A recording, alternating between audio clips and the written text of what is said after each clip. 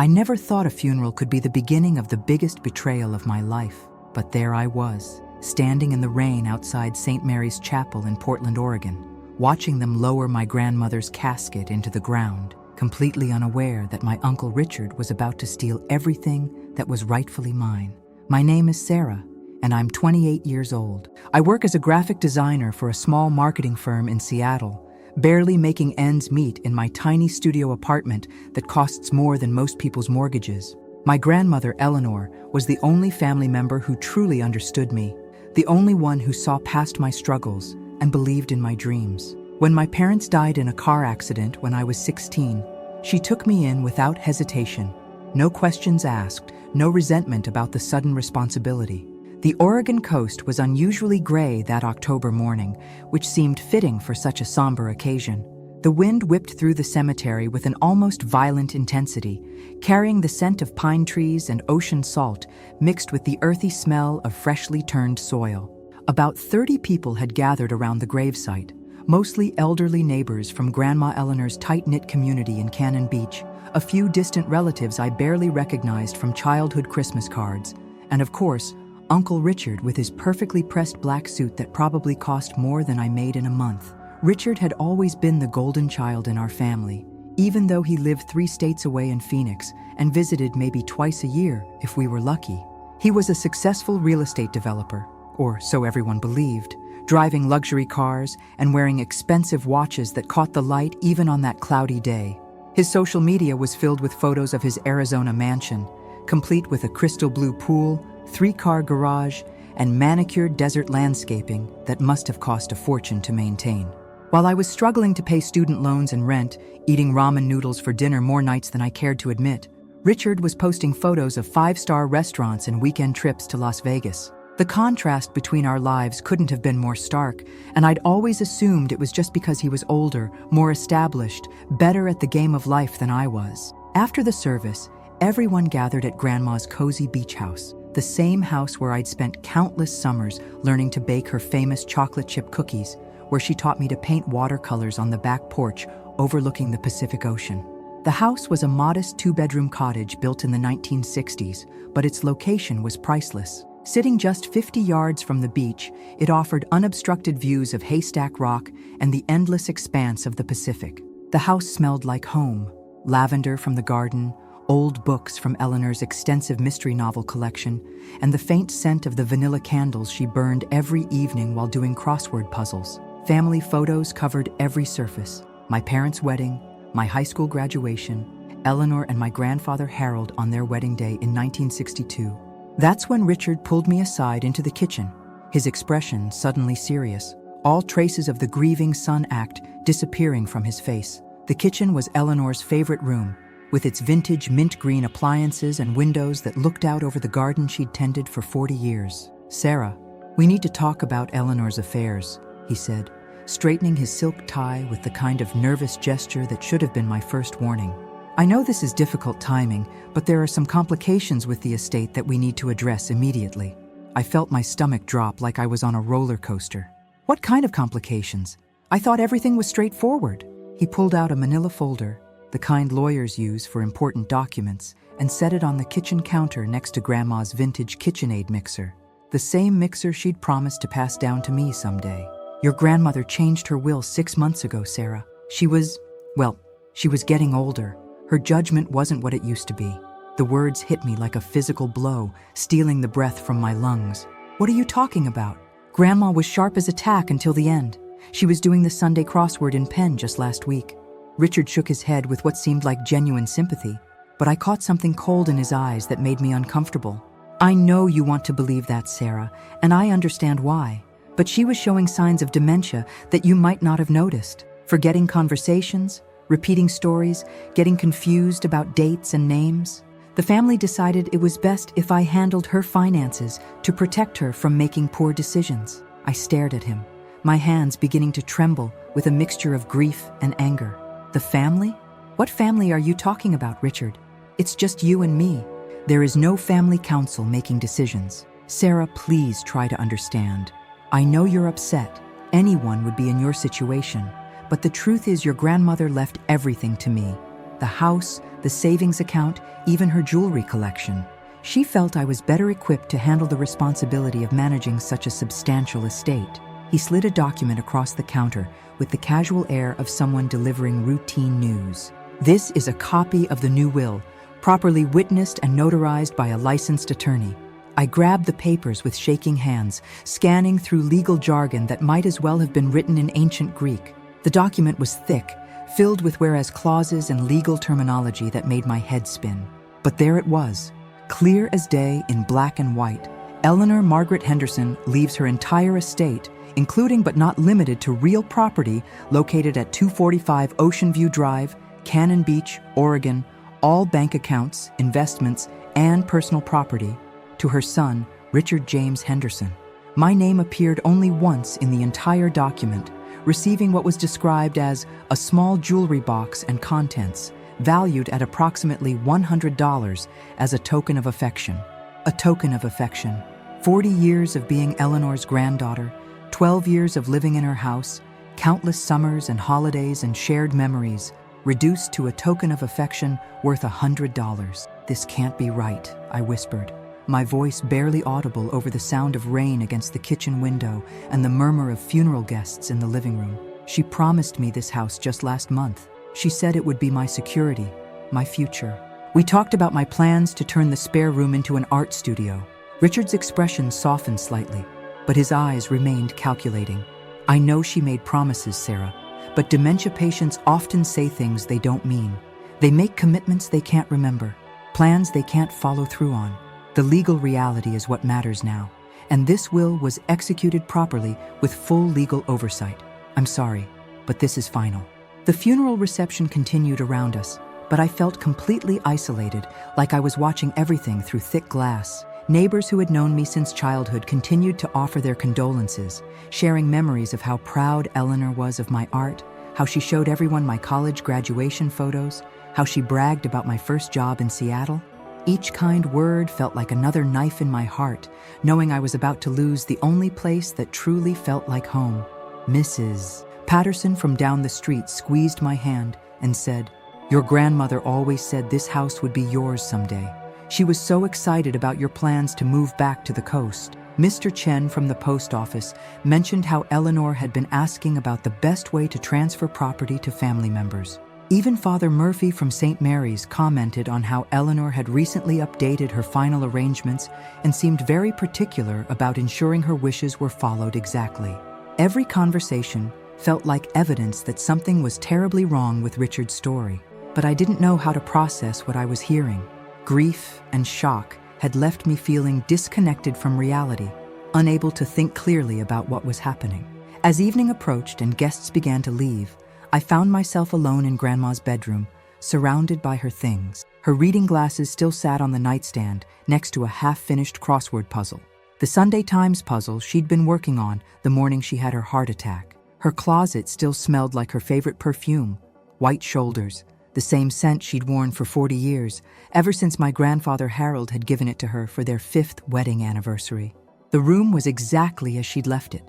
Mystery novels stacked on her dresser, a cup of cold tea on the windowsill, her jewelry box open with earrings scattered across the surface like she'd been choosing what to wear for church. This was supposed to be mine. This was supposed to be where I'd finally feel secure, where I could build my future without worrying about rent increases or landlords who might decide to sell. But Richard was already making plans. I overheard him on the phone with someone, probably a real estate agent, discussing the property's market value in that casual way that made my skin crawl. Beachfront in Cannon Beach? Yeah, we're looking at least $800,000, maybe more if we catch the right buyer. The lot alone is worth $600,000, and the house, while dated, has good bones. $800,000. That was my inheritance, my security, my grandmother's final gift to me, and he was treating it like just another business transaction, another piece of inventory to be liquidated for maximum profit. "The furniture will have to go," he continued, walking through the living room while still on the phone. "Most of it's antique, might be worth something to the right collector. I'll have an estate sale company handle that. Should be able to clear everything out within 2 weeks." Everything Eleanor had collected over 6 decades of life, everything that made the house a home, reduced to items for an estate sale. I thought about her collection of sea glass displayed in mason jars on the kitchen windowsill, each piece found during morning walks on the beach. I thought about the quilt she'd made for my 16th birthday, hand-stitched with fabric from dresses she'd worn throughout her life. I thought about the garden she'd tended every day, the roses she'd planted when Harold was still alive. That night, I drove back to Seattle in my 10-year-old Honda Civic, windshield wipers struggling against the Pacific Northwest rain that seemed to mirror my emotional state. The radio played soft rock classics, but I couldn't focus on anything except Richard's words echoing in my head. She was showing signs of dementia. The family decided, this is final. But something didn't feel right. The more I thought about it, the more convinced I became that this was all wrong. Grandma Eleanor had been many things: stubborn, opinionated, fiercely independent, sometimes overly critical, but never confused, never forgetful about important things, never someone who would break a promise, especially not to me.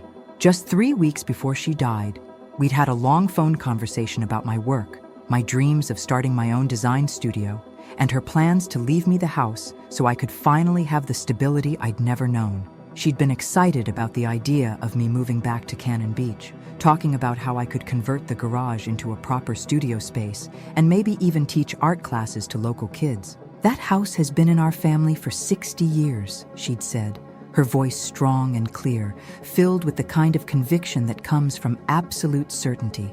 It's going to be yours, Sarah. You're the one who loves it, who understands what it means. Richard sees everything as dollars and cents, but you see the heart of things. You see what Harold and I built there.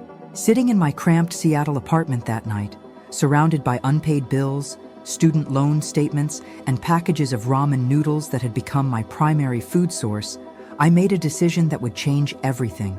I wasn't going to let Richard steal what was rightfully mine without a fight. I didn't have money for expensive lawyers or legal expertise, but I had something else, a determination to uncover the truth and a growing suspicion that my uncle wasn't the honest, successful businessman he pretended to be. I opened my laptop and started researching everything I could about contested wills, estate fraud, elder abuse, and undue influence. The internet was full of horror stories about family members manipulating elderly relatives, but it was also full of success stories about people who had fought back and won. I read about warning signs of elder abuse, legal precedents for overturning fraudulent wills, and the importance of documenting evidence. The more I read, the more convinced I became that Richard had manipulated the situation. The timing was too convenient, the explanations too pat. Eleanor had been planning for my future just weeks before her death, and suddenly she'd changed her mind completely? It didn't make sense. I started making notes, creating a timeline of events, writing down every conversation I could remember from the past few months. I made a list of people who had regular contact with Eleanor, people who could testify to her mental state and her intentions. I researched Richard's background, his business dealings, anything that might explain why he would suddenly need to steal from his own family. What I found in those late-night research sessions would be the first crack in Richard's carefully constructed lie. His social media presence, which had always seemed like evidence of his success, began to look different when I examined it more closely. The photos were impressive, but they were also repetitive. The same angles of the same rooms, the same car in different locations, the same restaurants visited over and over again. When I dug deeper into public records, property databases, and business registrations, a different picture began to emerge. Richard's company, Henderson Development, had been involved in several failed projects over the past 2 years. There were liens against his property, lawsuits from contractors, and complaints from investors who claimed they'd been defrauded. By 3 a.m, I had filled 17 pages with notes, questions, and suspicions. The picture that was emerging was of a man in serious financial trouble, a man who might see his elderly mother's estate as his only way out of bankruptcy and disgrace. If Richard thought he could manipulate a grieving granddaughter and walk away with a fortune, he was about to learn just how wrong he was. Eleanor had raised me to be strong, to fight for what was right, and to never back down from a challenge. She'd taught me that family loyalty was important, but justice was more important. As I finally fell asleep that night, Eleanor's voice echoed in my memory. "You're stronger than you know, Sarah. When the time comes to stand up for yourself, you'll find the courage you need." The time had come. The next morning, I called in sick to work for the first time in 2 years and drove straight back to Cannon Beach. The 3-hour drive gave me time to think, to plan, and to prepare myself for what I knew would be a difficult investigation. If I was going to prove that Richard had manipulated Grandma Eleanor, I needed evidence, and the best place to start was with the people who knew her best. The Oregon coast looked different in the daylight, less dramatic than during the funeral, but still breathtakingly beautiful in that rugged, untamed way that makes you understand why people fall in love with the Pacific Northwest. Cannon Beach stretched out before me like a postcard, with its famous haystack rock rising from the sand like an ancient monument to the power of wind and water. This was the view from Grandma's kitchen window, the same view that had inspired dozens of my paintings over the years. The town itself was small enough that everyone knew everyone else's business, which I hoped would work in my favor. Cannon Beach had maybe 3,000 year-round residents, the kind of community where people noticed when someone was acting strange or when outsiders came around asking questions. My first stop was Eleanor's next-door neighbor, Mrs.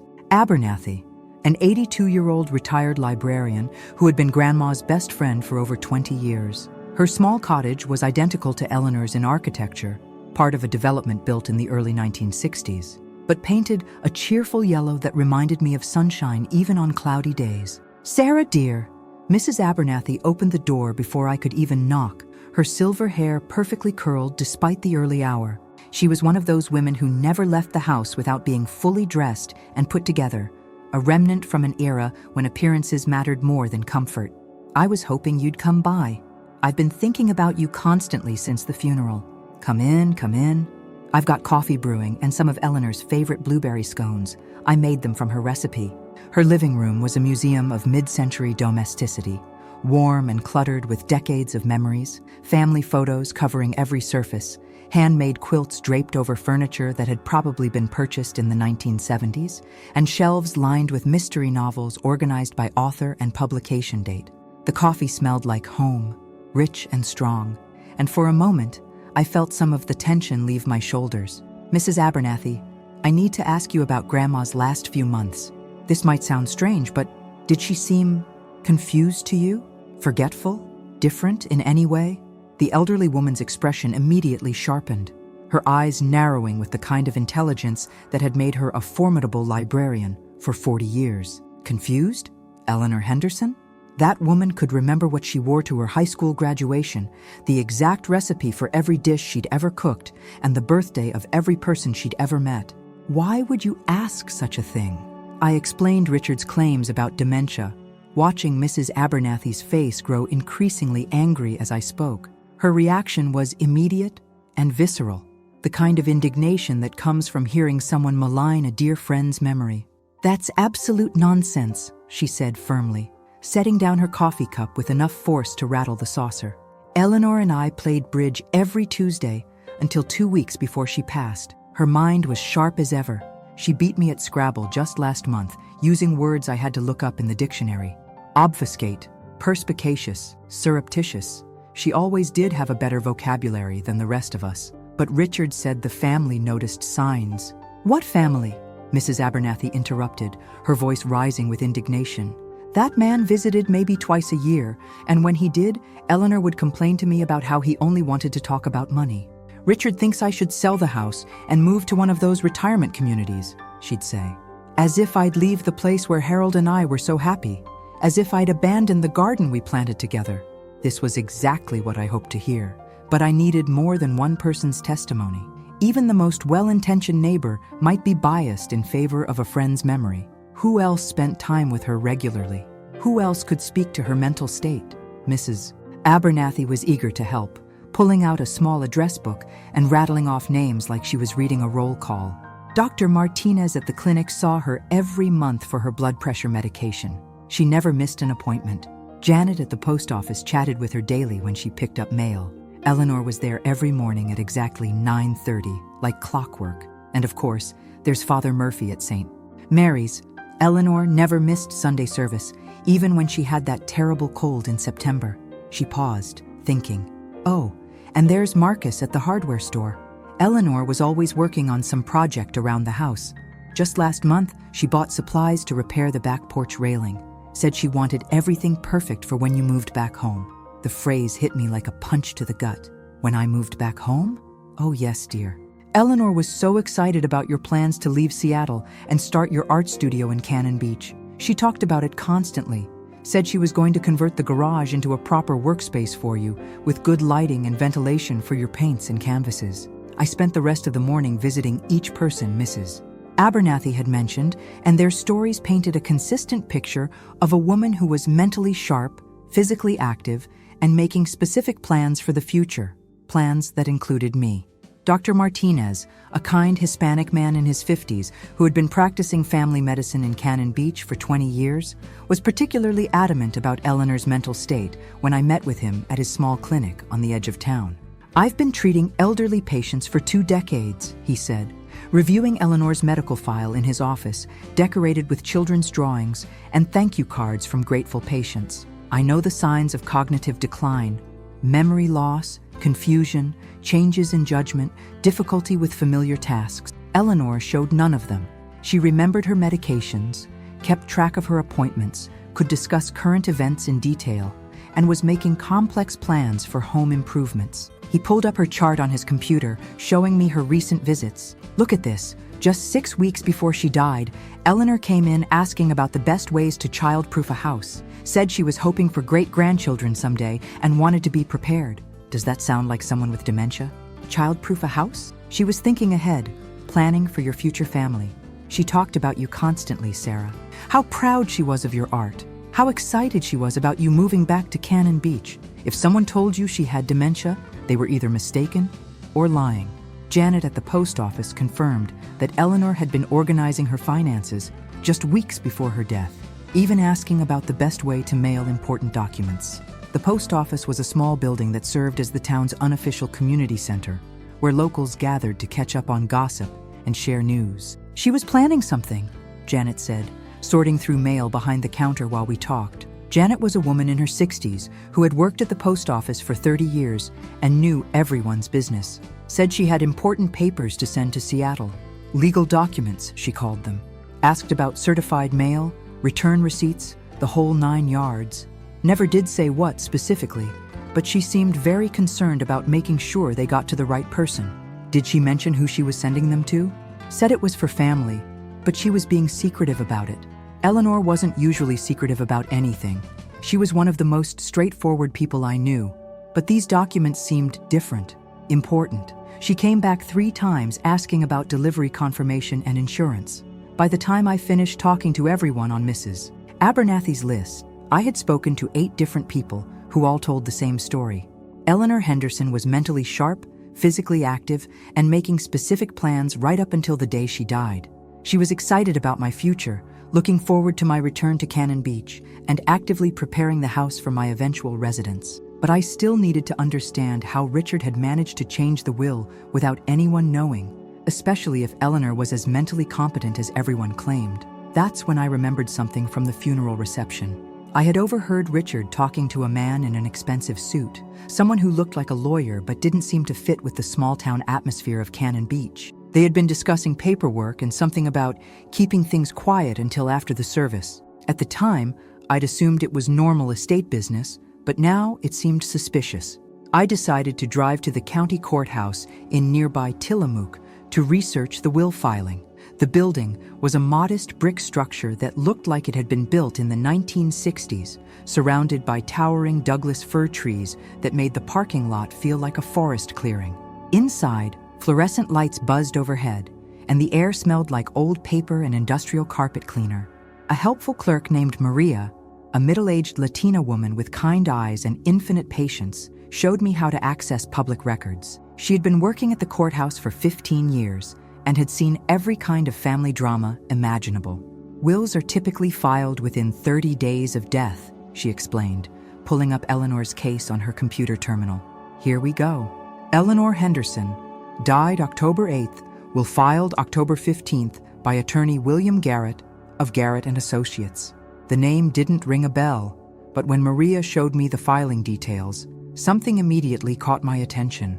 The will had been witnessed by 2 people, William Garrett himself and someone named Jennifer Garrett, clearly related to the attorney. Is it normal for a lawyer and his family member to both witness a will? I asked, leaning over Maria's shoulder to read the screen. Maria frowned slightly, her expression suggesting she'd seen this kind of irregularity before.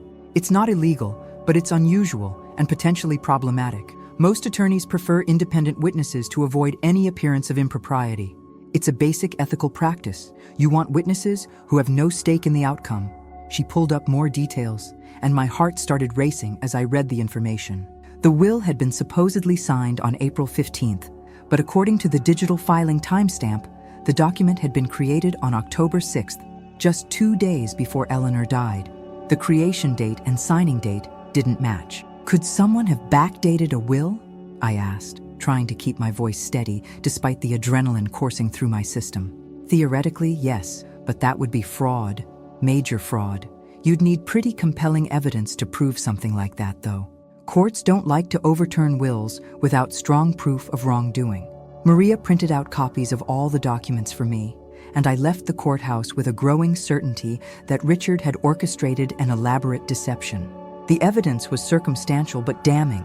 An attorney who witnessed his own document, creation dates that didn't match signing dates, and a will that completely contradicted everything Eleanor had told her friends and neighbors about her intentions. But I still needed to prove it, and that meant finding attorney William Garrett. Garrett and Associates turned out to be a small office in a strip mall about 30 minutes inland from Cannon Beach, sandwiched between a nail salon and a Chinese restaurant. The building looked modest, certainly not the kind of high-end legal practice I'd expected someone to use for a major estate matter. The parking lot was cracked asphalt with weeds growing through the cracks, and the office's sign looked like it had been installed in the 1980s and never updated. When I walked in, a young receptionist with bright pink hair and multiple piercings looked up from painting her nails a shade of purple that would have been visible from space. The waiting area was decorated with generic office furniture that looked like it had been purchased from a catalog, and the magazines on the coffee table were at least 6 months old. "Is Mr. Garrett available?" I asked, trying to sound more confident than I felt. "He's in court all day," she replied, not looking up from her manicure. Her tone suggested she'd given this answer many times before. "You want to make an appointment?" "Actually, I'm here about my grandmother's will. Eleanor Henderson. Mr. Garrett handled her estate." That got her attention. She looked up, her expression suddenly nervous, like someone who'd been caught doing something they shouldn't. Mr. Garrett said he couldn't discuss that case with anyone except the beneficiary. I'm family. I was mentioned in the will." She hesitated, then picked up the phone with hands that were visibly shaking. "Mr. Garrett, there's someone here about the Henderson will." Okay, I'll tell her." She hung up and avoided my eyes. "He says he can't see you today. You'll need to make an appointment." "When is his next available appointment?" He's pretty booked up. Maybe next month?"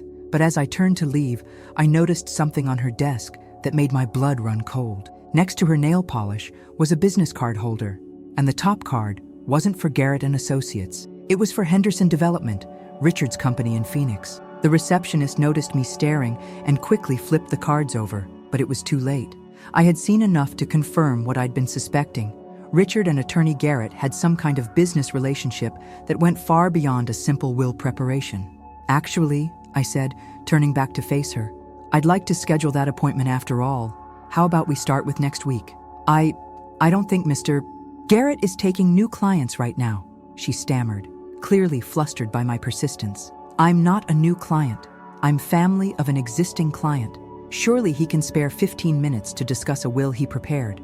The more nervous she became, the more convinced I was that something was seriously wrong.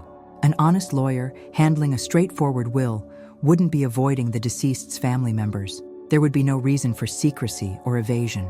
I left the office without an appointment, but with something more valuable: confirmation that Richard and Garrett were connected in ways that went beyond attorney-client privilege. The business card was proof of a relationship that hadn't been disclosed, a relationship that called into question the validity of everything Garrett had done on Eleanor's behalf. That evening, back in my hotel room in Cannon Beach, I spread out all the documents I'd collected during the day. The timeline was becoming clearer, but I still needed one crucial piece of evidence, something that would prove Richard had coerced or deceived Eleanor into changing her will. Then I remembered something Mrs. Abernathy had mentioned. Eleanor talking about mailing important documents to Seattle just weeks before she died, documents she'd never gotten to send. I called Mrs. Abernathy, my hands shaking as I dialed her number. "Sarah, dear, what can I do for you?" "Mrs. Abernathy, you mentioned that Grandma was planning to mail something to Seattle. Did she ever say what it was?" There was a pause, then a sharp intake of breath. "Oh my goodness, I completely forgot with everything that happened. She asked me to hold on to an envelope for her, said it was important paperwork she wanted kept safe. With the funeral and all the commotion, it slipped my mind completely. My heart pounded so hard I could hear it in my ears. Do you still have it? It's right here in my kitchen drawer. Eleanor made me promise that if anything happened to her, I should make sure you got it personally. She was very specific about that. Only you, not Richard or anyone else in the family." 20 minutes later, I was sitting in Mrs. Abernathy's kitchen, holding an envelope addressed to me in Eleanor's familiar handwriting. The envelope was thick, bulging with what felt like multiple documents, and marked "Urgent for Sarah's eyes only" in Eleanor's distinctive all-caps printing. Inside were copies of documents that would change everything.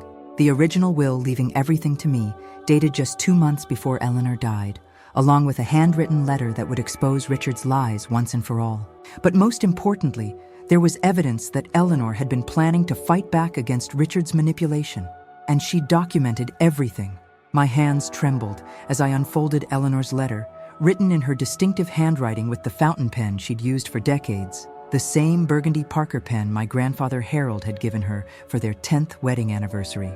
The paper was her personal stationery, cream-colored with her initials embossed at the top in elegant script, the same stationery she'd used to write me encouraging notes throughout college. "My dearest Sarah," the letter began, "if you're reading this, it means I'm gone and something has happened to prevent my true wishes from being honored. I'm writing this because I'm afraid Richard is planning something that will hurt you, and I need you to know the truth about what's been happening." Mrs. Abernathy refilled my coffee and sat down across from me, her own face grave with concern as she watched me read. The kitchen was quiet, except for the ticking of an old clock and the distant sound of waves crashing against the shore. 3 weeks ago, Richard came to visit unexpectedly, Eleanor's letter continued. He claimed he was concerned about my finances and suggested I should let him handle my affairs. He brought legal documents with him and said it was time for me to be realistic about my limitations. When I refused to sign anything, he became angry, angrier than I'd ever seen him. He said I was being foolish, that I couldn't manage my own money, and that leaving everything to you would be a mistake because you're financially irresponsible and would waste the family legacy. The words stung because I knew Richard had used my struggles against me. Yes, I lived paycheck to paycheck, but that was because I'd been putting myself through college and trying to build a career in a field that didn't pay well initially, not because I was irresponsible with money. The letter continued with details that made my stomach turn. He brought a lawyer with him, William Garrett, who pressured me to sign papers. They said it was just to update my will for tax purposes and that I could change it back later if I wanted to. When I said I needed time to think about it and asked them to leave, Richard's demeanor changed completely. He became cold and calculating in a way that frightened me. Eleanor described how Richard had made veiled threats about her mental competency, suggesting that he could have her declared unfit to manage her own affairs if she didn't cooperate voluntarily. He said, "Mom, one way or another, I'm going to make sure Sarah doesn't destroy what this family has built. You're old, your judgment is failing, and I won't let you make decisions that will hurt everyone." I looked up at Mrs. Abernathy, who was reading over my shoulder with growing horror. "She never told me any of this," I said, my voice barely above a whisper. "Eleanor was proud, dear. She probably didn't want to worry you with family drama, especially when you were dealing with your own struggles in Seattle." The letter revealed even more disturbing details. After Richard left, Eleanor had received multiple phone calls from his lawyer, sometimes daily, pressuring her to reconsider. The calls became so frequent and aggressive that she'd started letting them go to voicemail, but she'd saved every message. "I became suspicious of their motives," Eleanor wrote. "So I called my own lawyer, Robert Chen, who's handled my affairs for 15 years. He confirmed that my current will is perfectly legal and up to date. He also warned me that if someone was pressuring me to change it, especially a family member with financial motivations, I should document everything carefully." Attached to the letter were photocopies of Eleanor's real will, dated August 15th, less than 2 months before she died. This will left the house, her savings account containing nearly $200,000, and all personal property to me, with only a small monetary gift of $5,000 to Richard as a token acknowledgement of their relationship. But the most damning evidence was a series of voicemails Eleanor had transcribed. She'd written detailed notes about each call from William Garrett, including dates, times, and what was discussed. According to her meticulous records, Garrett had called 17 times in the month before her death, often claiming that Richard was worried sick about her mental state and that family members were concerned about her judgment. What family members? I asked aloud, since it was just Richard and me. There were no cousins, no aunts or uncles, no extended family council expressing concerns. It was a complete fabrication designed to make Eleanor feel isolated and doubt her own decisions. Eleanor's notes revealed the psychological pressure tactics they'd used. Mr. Garrett called again today at 2:15 p.m. Said Richard is getting calls from neighbors who are concerned about my erratic behavior. Unclaimed, I've been seen talking to myself in the garden and forgetting to bring in my mail. All lies. I garden every day and talk to my plants, something I've done for 40 years. My mail is always collected promptly. Another entry read, "Third call this week from Garrett, now claiming that if I don't update my will, the state might declare me incompetent and take control of my assets. Said it would be much better for everyone if Richard handled things voluntarily rather than forcing a court intervention. When I told him I was consulting my own attorney, he became aggressive and said it was too late for lawyers and that I was making this harder than it needs to be." The final piece of Eleanor's evidence packet was a business card and handwritten note. The card was for a private investigator named Marcus Webb in Portland. Eleanor's note explained, "I hired Mr. Webb to look into Richard's business dealings after I became suspicious about his sudden interest in my finances. What he found disturbed me greatly. Richard is not the successful businessman he pretends to be." Mrs. Abernathy and I exchanged glances. The implications were staggering. Eleanor had been one step ahead of Richard the entire time, documenting his harassment and investigating his motives. "Should we call this investigator?" Mrs. Abernathy asked, her voice filled with the kind of righteous anger that comes from watching a friend be victimized. I was already dialing the number on the card, my fingers trembling with a mixture of anticipation and dread. Marcus Webb agreed to meet me that evening at a coffee shop in Portland called The Daily Grind, a cozy place near the waterfront where we could speak privately. He was a tall, lean man in his 50s with silver hair and kind eyes that missed nothing. He carried a leather briefcase that looked like it had seen decades of use, and his handshake was firm and reassuring. "Eleanor Henderson was a remarkable woman," he said, ordering black coffee and settling into a corner booth where we could speak without being overheard. "She hired me because she suspected Richard was in financial trouble and might be targeting her assets. Smart woman. She wanted to know exactly what she was dealing with." "What did you find?" I asked, my heart racing with anticipation. Webb opened his briefcase and pulled out a manila folder thick with documents, photographs, and financial records. "Richard Henderson is drowning in debt. His real estate development company has been failing for 2 years. He owes over $3 million to various creditors, and his Arizona mansion is facing foreclosure." The revelation hit me like a physical blow. All those social media posts of his luxurious lifestyle, the expensive clothes at the funeral, the casual talk about market values, it was all a facade, a desperate performance to maintain the illusion of success. "He's been living on credit and investor money," Webb continued, spreading documents across the table like he was laying out a poker hand. "But the bills are coming due. According to my sources in the financial industry, he's been desperately looking for ways to raise capital. Your grandmother's estate would solve his immediate problems and buy him maybe 2 years before the next crisis." Webb showed me photographs that told a devastating story.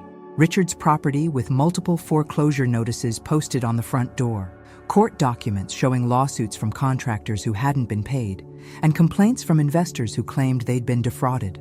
There were bank records indicating massive overdrafts, missed mortgage payments, and credit cards maxed out to their limits. "His business model was essentially a Ponzi scheme," Webb explained, pointing to a complex financial chart he'd created. "He'd take money from new investors to pay off old ones, always promising huge returns from the next big development project, but his projects kept failing. Bad locations, cost overruns, environmental problems, lawsuits from neighbors. He's been hemorrhaging money for years. The investigator pulled out another set of documents that made my blood run cold. But here's the most interesting part. William Garrett isn't just Richard's lawyer. He's his business partner and the primary investor in Henderson Development. Garrett has his life savings, his retirement fund, and his children's college money tied up in Richard's projects. The conspiracy was becoming clear. Richard and Garrett had orchestrated the fake will to steal Eleanor's estate, pay off their debts, and save their failing business ventures. They'd counted on me being too grief-stricken and financially unable to fight back. Eleanor asked me to document everything and give it to you if anything happened to her, Webb said, closing the folder and sliding it across the table. She was planning to confront Richard with this evidence and give him one chance to back off before taking legal action. But she died before she could do that. Exactly. Heart attack, completely natural causes. I verified that with her doctor, but the timing was convenient for Richard. Eleanor was about to expose his financial desperation and his attempts to manipulate her into changing her will. Webb leaned back in his chair, his expression grim. Sarah, what they did isn't just morally wrong, it's criminal. Elder abuse, fraud, conspiracy, possibly extortion. Richard thought he was stealing from a helpless old woman, but Eleanor was building a case against him every step of the way. That night, I sat in my hotel room reviewing all the evidence spread across the bed like pieces of a jigsaw puzzle that was finally coming together. Eleanor's letter detailing the harassment and pressure tactics, the real will showing her true intentions, the investigator's report revealing Richard's financial desperation, documentation of the systematic campaign to undermine Eleanor's confidence and coerce her into signing fraudulent documents. I had everything I needed to expose their fraud, but I knew they wouldn't go down without a fight. Richard had already shown he was willing to manipulate his own dying mother for money. There was no telling what he might do when cornered. I called Robert Chen, Eleanor's longtime attorney, first thing the next morning. His office was in a historic building in downtown Portland, the kind of place that radiated trustworthiness and legal expertise. The building had been constructed in the 1920s, with marble floors, high ceilings, and the kind of solid craftsmanship that suggested permanence and reliability. "Sarah, I've been expecting your call," Chen said when his secretary showed me into his office. He was a distinguished Asian American man in his 60s who spoke with quiet authority and had the kind of reputation that other lawyers respected. His office was lined with law books, legal awards, and photographs of him with various judges and politicians. Eleanor came to see me just 2 weeks before she passed, very concerned about pressure from Richard and his lawyer, Chen continued, gesturing for me to sit in one of the leather chairs facing his desk. She was afraid someone might try to contest her will or create a fraudulent replacement. Did she tell you about changing her will? Absolutely not. In fact, she specifically asked me to ensure that her August will was properly protected and filed. She suspected someone might try to challenge it or create a competing document. Chen pulled out a file from his desk drawer. She also asked me to prepare a detailed mental competency evaluation, just in case anyone questioned her capacity to make decisions. Chen showed me a thick document prepared by a licensed psychologist who had evaluated Eleanor just 3 weeks before her death. The evaluation included cognitive tests, memory assessments, and a comprehensive review of her mental state. The conclusion was unambiguous. Eleanor Henderson was of sound mind, fully capable of making legal decisions, and showed no signs of dementia or cognitive impairment. What Richard and Garrett did is called undue influence and fraud upon the estate, Chen explained, his voice taking on the tone he probably used in courtrooms. It's a serious crime, not just a civil matter. They used psychological pressure, false claims about family concerns, and fraudulent legal documents to steal from an elderly woman. What do we do now? Chen smiled grimly, the expression of a lawyer who had seen every kind of family drama and legal manipulation. We expose them, and we make sure they face the full consequences of their actions, both civil and criminal. The plan he outlined was methodical and devastating. We would file a motion to contest the fraudulent will, present Eleanor's evidence to both civil and criminal authorities, and seek not just the return of the estate, but also punitive damages for the emotional distress and legal costs they'd caused. "The evidence Eleanor collected is extraordinary," Chen said, reviewing the documents Webb had given me. "Most people in her situation don't have the foresight to document everything so thoroughly. Your grandmother was building a bulletproof case against them." Chen explained that we had multiple legal avenues: contest the will in probate court, file criminal complaints for elder abuse and fraud, report Garrett to the State Bar Association for ethics violations, and potentially pursue federal charges if they'd used mail or electronic communications for their scheme. "Richard picked the wrong person to steal from," Chen said, organizing Eleanor's meticulous documentation into neat stacks.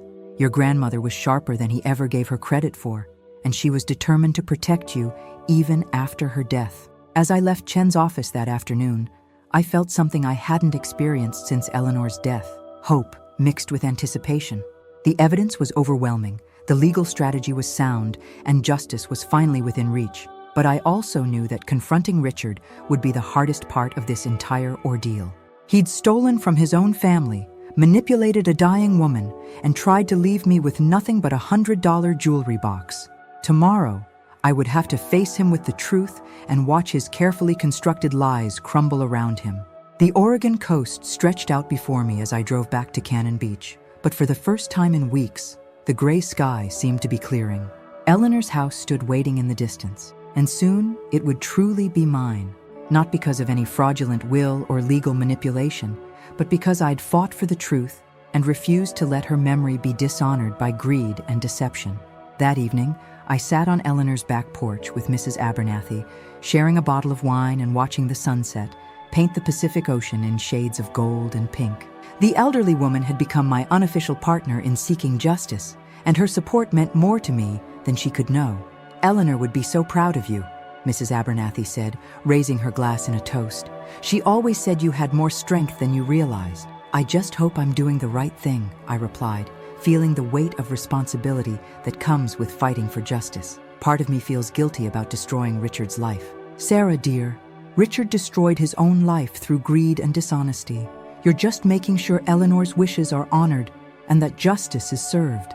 There's nothing to feel guilty about." As the stars began to appear over the Oregon coast, I thought about Eleanor's letter and her final words to me: "Fight for what's right, Sarah. Don't let them win."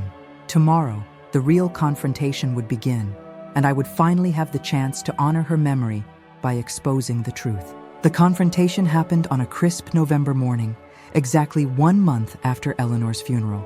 I had arranged to meet Richard at the Cannon Beach house under the pretense of collecting my grandmother's jewelry box, the only item the fraudulent will had left me. But I had a much bigger purpose in mind. Robert Chen had advised against meeting Richard alone, concerned about potential retaliation or attempts to intimidate me.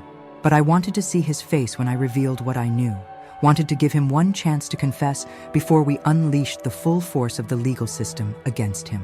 Chen and Marcus Webb were parked across the street in an unmarked car, ready to intervene if needed, and I had a recording device in my purse to capture whatever Richard might say. The house looked exactly as it had during the funeral reception, but now it felt different. No longer a place of mourning, but a symbol of justice waiting to be served.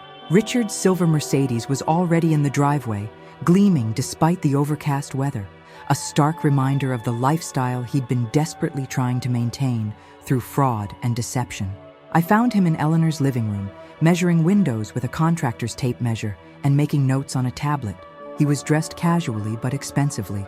Designer jeans, Italian leather shoes, and a cashmere sweater that probably cost more than I made in a week. He looked up when I entered, his expression carefully neutral, but with something calculating in his eyes. "Sarah, good to see you," he said, though his smile didn't reach his eyes and felt forced, performative.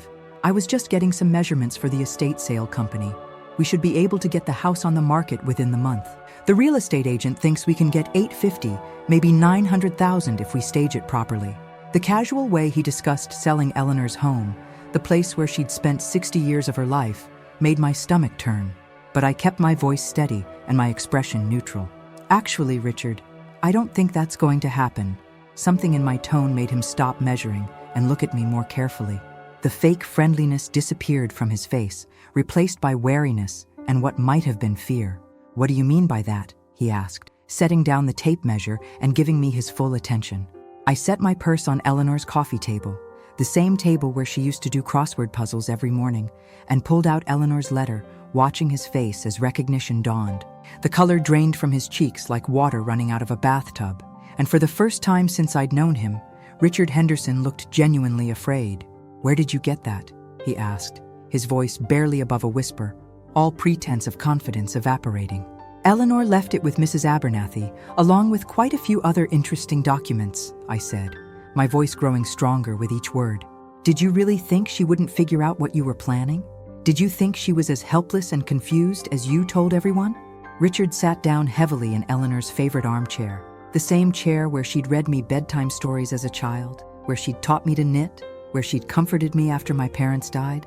Seeing him in that sacred space made my anger flare even brighter. "Sarah, you don't understand the whole situation," he began, his voice taking on the patronizing tone he'd used at the funeral. "There are complexities here that you're not aware of." "I understand perfectly," I interrupted, pulling out Marcus Webb's investigation folder and spreading some of the documents across Eleanor's coffee table. "You're broke, Richard. Your company is failing, your house is in foreclosure, and you owe millions of dollars to creditors. You saw Eleanor's estate as your only way out of bankruptcy and disgrace." His carefully maintained facade finally cracked completely. The expensive clothes and confident demeanor couldn't hide the desperation in his eyes as he stared at the evidence of his financial ruin spread out before him. "Yes, I needed the money," he said, his voice rising with anger and desperation. "But Eleanor didn't understand business. She was going to leave everything to you, and you'd just waste it like you've wasted every opportunity you've ever had. Living paycheck to paycheck, working for some tiny company that barely pays you enough to survive. What kind of future is that?" The insult stung, but I kept my voice steady, drawing strength from Eleanor's words and the justice of my cause. "So, you decided to steal it instead of asking for help honestly." "I didn't steal anything." Richard stood up abruptly, his face flushing red with anger and defensiveness. "I tried to reason with her, to explain that I could manage the estate better, invest it properly, make it grow instead of letting it sit in some savings account earning nothing. But she was stubborn, set in her ways. She refused to listen to logic. So you and William Garrett created a fake will and forged her signature." Richard's eyes widened in shock and fear. "How did you—" He stopped himself mid-sentence, realizing he was about to confess to serious crimes. "I know about Garrett's investment in your company," I continued relentlessly, pulling out more documents. "I know about the 17 phone calls pressuring Eleanor to change her will. I know about the backdated documents and the fraudulent witnesses. I know about the lies you told about her mental state." I leaned forward, my voice growing stronger and more confident with each revelation. "I know everything, Richard."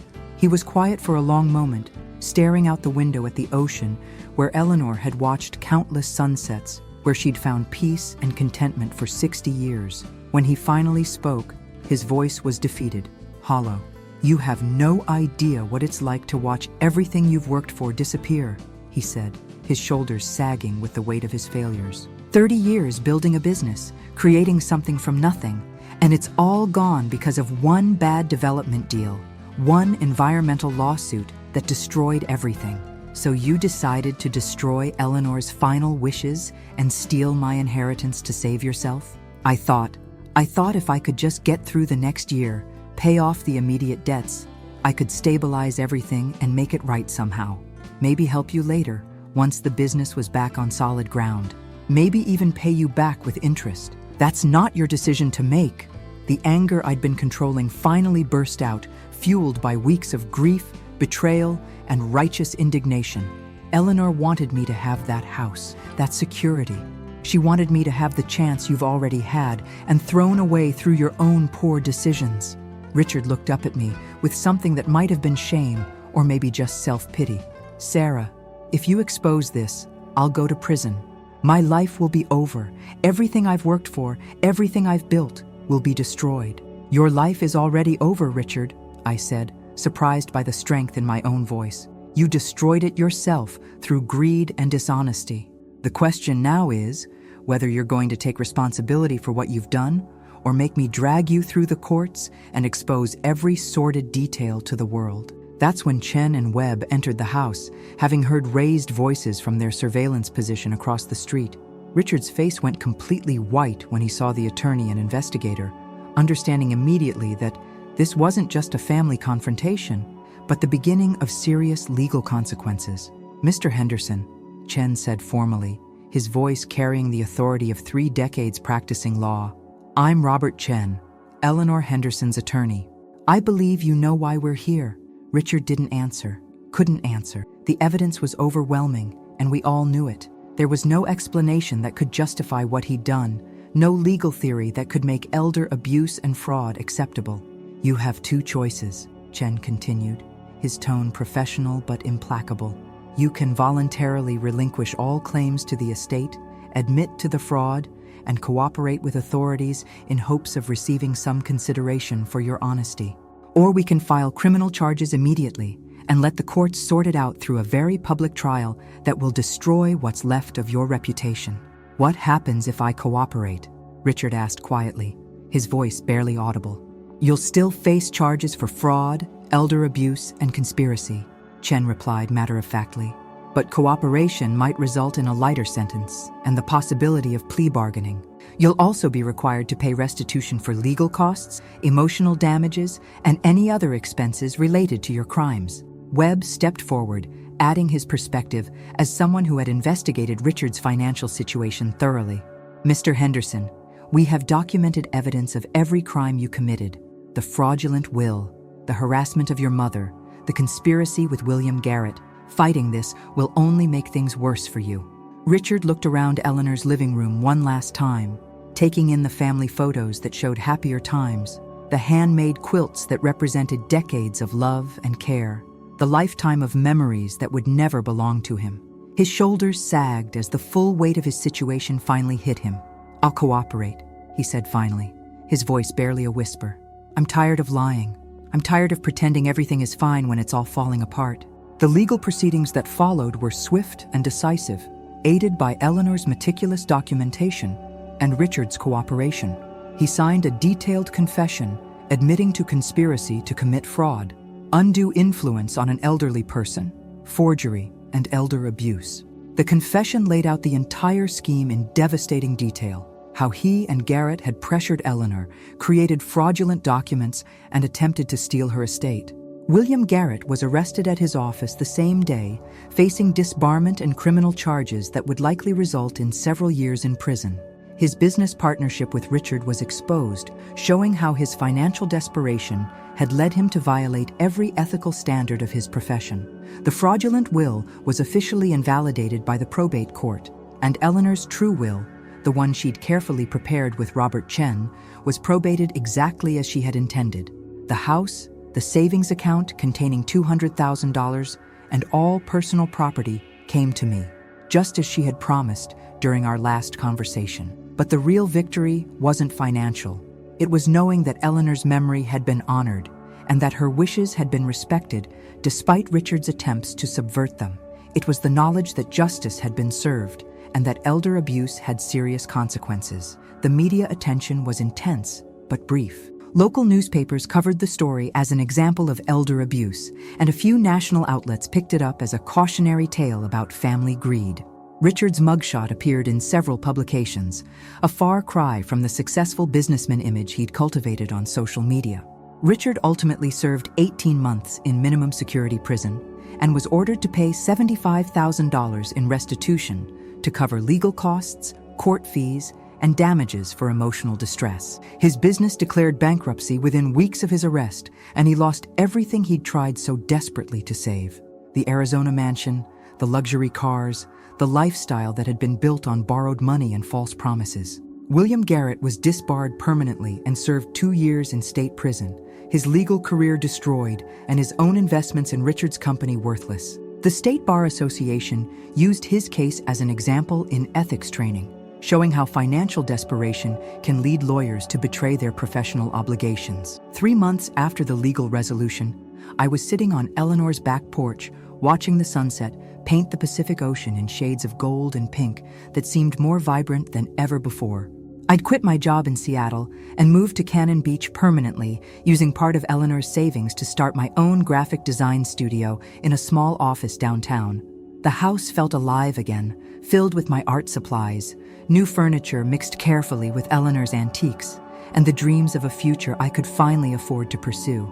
Mrs. Abernathy had become like a second grandmother, stopping by daily for coffee and updates on my growing business. She'd also become the unofficial town historian of the case, making sure everyone knew that justice had been served. I'd kept Eleanor's bedroom exactly as she'd left it, but the rest of the house was slowly becoming mine while still honoring her memory. Her recipe box sat in the kitchen, and I was gradually learning to make her famous chocolate chip cookies with varying degrees of success. Her garden was thriving under my inexperienced but enthusiastic care, and I'd added a small greenhouse where I could grow flowers year-round. The art studio I'd built in the converted garage was everything Eleanor and I had dreamed it would be. Bright, spacious, with large windows overlooking the ocean and enough room for all my supplies and equipment. Local art collectors had started commissioning pieces, and I was even teaching watercolor classes to tourists during the summer months. Sometimes, especially in the early morning when the mist was rising off the ocean, I wondered if Eleanor had somehow known what Richard was planning all along. Her meticulous documentation, the envelope left with Mrs. Abernathy, the hiring of Marcus Webb. It was as if she'd orchestrated her own protection from beyond the grave, ensuring that truth and justice would prevail even after her death. The inheritance had given me more than financial security. It had given me closure, purpose, and the knowledge that family isn't always about blood relations, but about who chooses to love and protect you. Eleanor had chosen me as her heir, not just because I was her granddaughter, but because she believed I would honor what the house represented: love, stability, creativity, and the promise that some things in life are worth fighting for. 6 months after moving to Cannon Beach, I received an unexpected letter from Richard. It was postmarked from the minimum security facility where he was serving his sentence, written on plain white paper in handwriting that looked older and more fragile than I remembered. "Sarah," the letter began, "I know I have no right to ask for your forgiveness, and I'm not writing to make excuses for what I did. I've had a lot of time to think about my choices and their consequences. What I did to Eleanor, to you, was unforgivable. I let desperation and pride turn me into someone I don't recognize." The letter went on to explain how losing everything had forced him to confront the lies he'd been telling himself for years. He'd been living beyond his means, making increasingly risky business decisions, and when everything started to collapse, he'd convinced himself that stealing from Eleanor was somehow justified because he could manage the money better. "Eleanor raised me to be honest and hardworking," he wrote. "She would be ashamed of what I became, and I'm ashamed too. I know this doesn't change anything, but I wanted you to know that seeing you fight for the truth showed me what real strength looks like. Eleanor was right to choose you as her heir." I never responded to the letter, but I kept it as a reminder that even people who do terrible things can sometimes find their way back to understanding right from wrong. It didn't excuse what Richard had done, but it suggested that maybe justice had served its purpose in forcing him to confront the truth about himself. As the first anniversary of Eleanor's death approached, I organized a memorial service at the house. Mrs. Abernathy helped me invite everyone who had known and loved Eleanor, her neighbors, her doctor, the people from church, even Marcus Webb and Robert Chen, who had helped ensure justice was served. We gathered on the back porch as the sun set over the Pacific, sharing stories and memories of a woman who had touched so many lives. Dr. Martinez talked about Eleanor's concern for other elderly patients in the community. Father Murphy shared memories of her volunteer work at the church. Janet from the post office recalled how Eleanor always asked about everyone's families and remembered every detail. As the evening wound down and guests began to leave, I found myself alone on the porch with Mrs. Abernathy, just as we'd been on so many evenings over the past year. "She'd be so proud of how you handled everything," Mrs. Abernathy said, raising her wine glass in a toast to Eleanor's memory. "Not just the legal fight, but how you've honored this place, how you've built a life here that she would have loved to see." "I couldn't have done any of it without her teaching me to be strong," I replied, looking out at the ocean where Eleanor had found peace for so many years. "Or without friends like you, who helped me find the truth." As the stars began to appear over the Oregon coast, I raised my coffee mug in a toast to Eleanor's memory. "Thank you for everything, Grandma." I whispered to the evening breeze. Your legacy is safe with me, and justice was served. The house creaked gently in the ocean wind, and I could almost hear Eleanor's voice in response. I knew you'd fight for what was right, Sarah. I knew you'd never let them win. Richard had tried to steal my inheritance, but in the end, he'd only made me stronger and more determined to honor Eleanor's memory. Justice had been served, the truth had prevailed, and Eleanor's final gift to me wasn't just a house or money. It was the knowledge that sometimes, when you stand up for what's right, the universe stands up with you. The fraud that was meant to destroy my future had instead given me the strength to build something better than I'd ever imagined possible. Every sunset I watched from Eleanor's porch was a reminder that love and justice are stronger than greed and deception, no matter how cleverly they might be disguised. And in the quiet moments when I missed Eleanor most, I could feel her presence in the house we both loved, knowing that her final act of love had been to protect me even after death, ensuring that truth would triumph over lies and that family loyalty would always defeat greed. The inheritance case became a part of local legend, a story that Mrs. Abernathy loved to tell visitors about how an elderly woman's careful planning had defeated a complex fraud scheme. But for me, it was simpler than that. It was the story of how love, truth, and determination had prevailed over deception, and how fighting for justice had given me not just financial security, but a sense of purpose and belonging that would last for the rest of my life.